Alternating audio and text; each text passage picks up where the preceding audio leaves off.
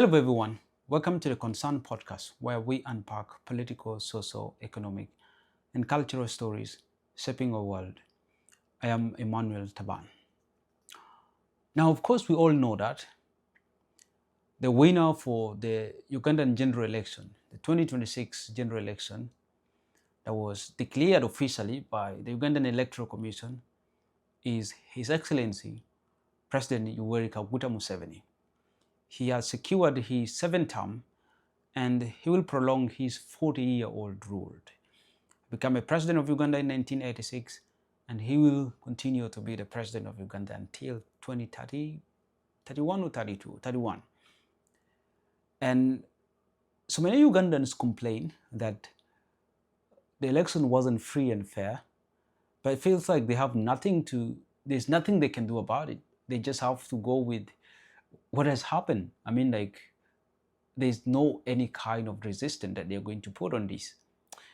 But one more interesting thing that is developing right now is the social media exchange of words between the son to the president of Uganda, that is Muhoozi, and Bobi Wine, who is the runner-up or the president of the National Unity Platform. Remember, on election day, Bobi Wine was placed on house arrest.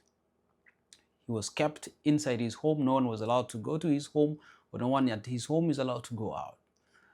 And the following day after the elections, allegedly, there was a heavy deployment of military personnel and police at his home. A helicopter was hovering over his home, looking for him. The police went in and they destroyed electricity trying to arrest him, but luckily he escaped. And up to right now, his whereabouts are unknown. It's unknown where Bobi Wine is right now.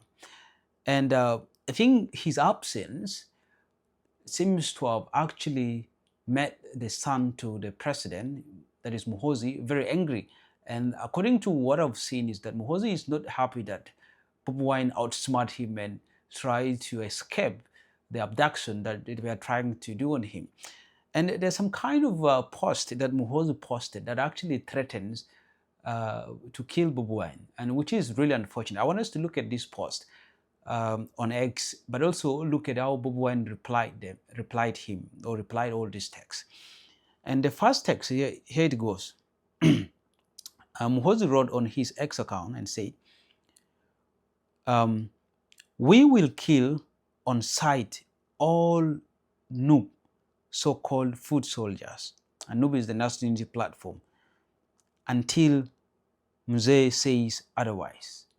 So according to Muhoozi, they will kill all the foot soldiers for the National Unity Platform until his father, who is President Yoweri Kaguta Museveni, stops him.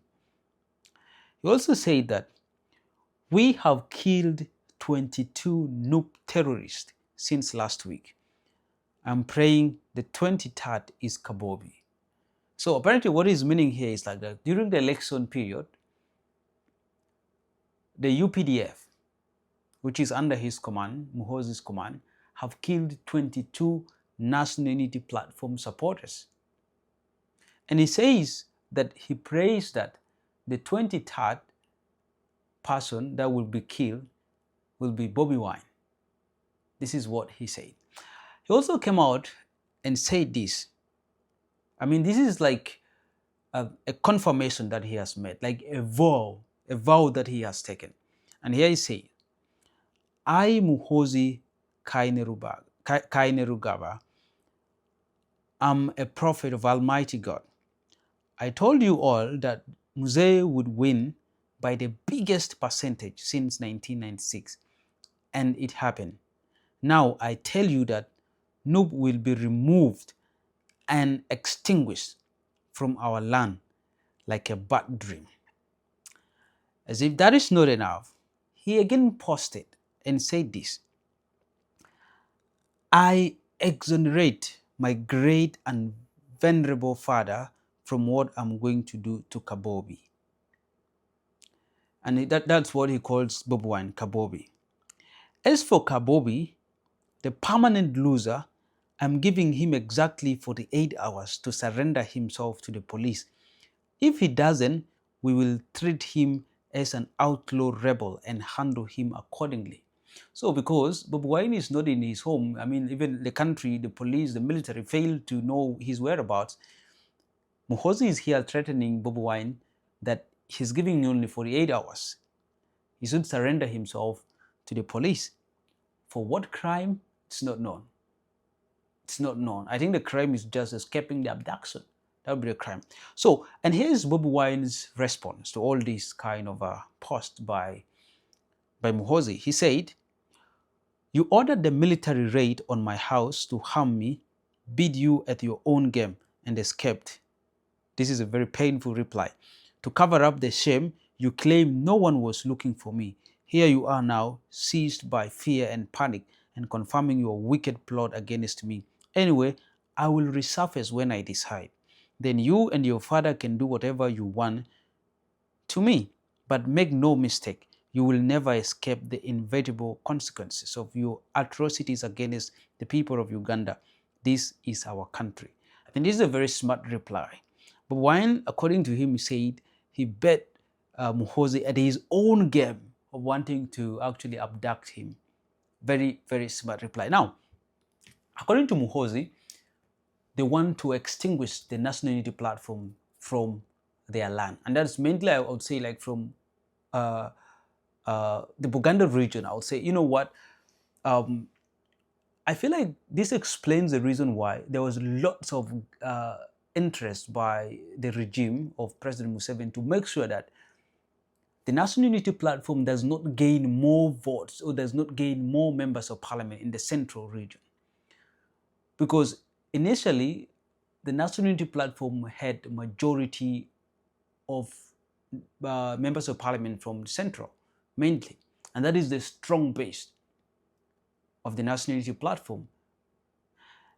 And for that reason, that explains why the government took deliberate efforts, or Museveni and his affiliates took deliberate efforts to make sure that the National Unity Platform does not actually get many members of parliament from the central, and they did all things possible. Like so, Lewis, the Secretary General of National Unity Platform, would have won the election for Kampala Central very clearly, but the government made it possible that he couldn't by even rigging and doing all kind of stuff. And this is because they fear. You know, if you are a government in power, you should always be very careful on who controls the urban population. You know, because majority of people who lives in the urban areas, especially the central part of Uganda, which is urbanized, majority of these people, they look at things differently. These are people who are literate. This is where the majority of the working class is situated. And therefore, if you let the opposition have control of the urban areas, then you're risking your government to actually fall. You know, when we look at the history, when we look at how the war against the colonialists, even the post-colonialist uprising, and even when we look at all these protests that happened recently, when we look at even the most famous French Revolution that has inspired so many uprisings across the world, when we look at these revolts, most of them started from urban centers, you know, and then it is spreads. And therefore, if you're a government of the day, you have to make sure that you have control over the urban areas. And that is exactly what the government of Museveni tried to do it. You know, they want to create an impression that the National Unity Platform is losing popularity from the central parts of Uganda. And therefore, you know, the number of National Unity Platform members of parliament reduced drastically, about from 57 to 43. So that's a massive number, especially from the central. There are so many members of parliament which were deprived of their victories. And that is mainly to create the impression that the National Unity Platform has started losing popularity. And that is what Muhoozi said, that they want to extinguish the National Unity Platform from their land, like a bad dream. And I think this is a very huge confrontation And I'm just wondering that a son to the president of a country is issuing reckless statements on social media. I mean, like, that explains to Ugandans the kind of leaders that they're having.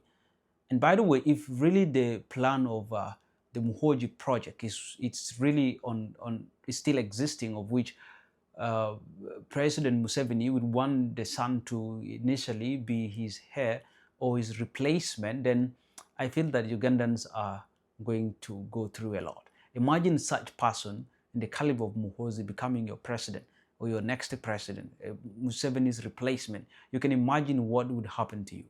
So this is a terrible, terrible threat issued by the son to the president, to Bobi Wine. I mean, a very, very bad one. It creates a very bad image of the president and his family and even his government. A very bad one. There, anyways, that is my take on the confrontation and the exchange between Bobi Wine and the son to the president of Uganda. That is Muhoozi, who is also the CDF, the Chief of Defense Forces of the country. Thank you so much. I'm Emmanuel Taban. Until next time, this is the concern. Before we close today's episode, here's a quick message from our sponsor, Wani.co.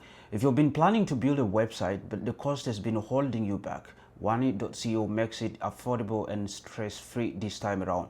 Whether you are an individual, a non-profit organization, or a business, Wani.co designs professional websites starting from as cheap as $250. Individuals can actually launch with a starter website of up to 7 pages and a free email, or choose an advanced option with unlimited pages, a professional portfolio, and branding support. For non-profit organizations, they can select flexible packages from basic websites to premium solutions with e-commerce features and ongoing support. And for business companies, One.co delivers company-ready website with hosting, staff training, and multi-link options and online stores. And the best part of it is actually that you can build your dream website within your budget. Wani.co is an affordable, accessible, and professional partner.